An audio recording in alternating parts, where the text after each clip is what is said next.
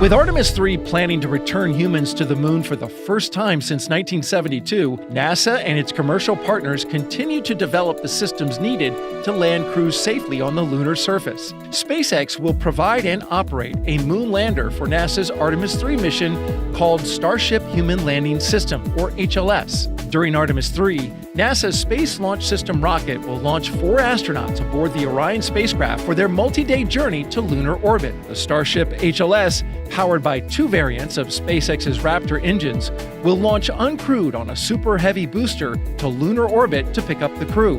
Once on board the HLS, 2 crew members will head to the surface of the moon, where they will live and work for about a week, collecting samples and performing science experiments. Once they're done, they'll get back into Starship to the orbiting Orion and return to Earth.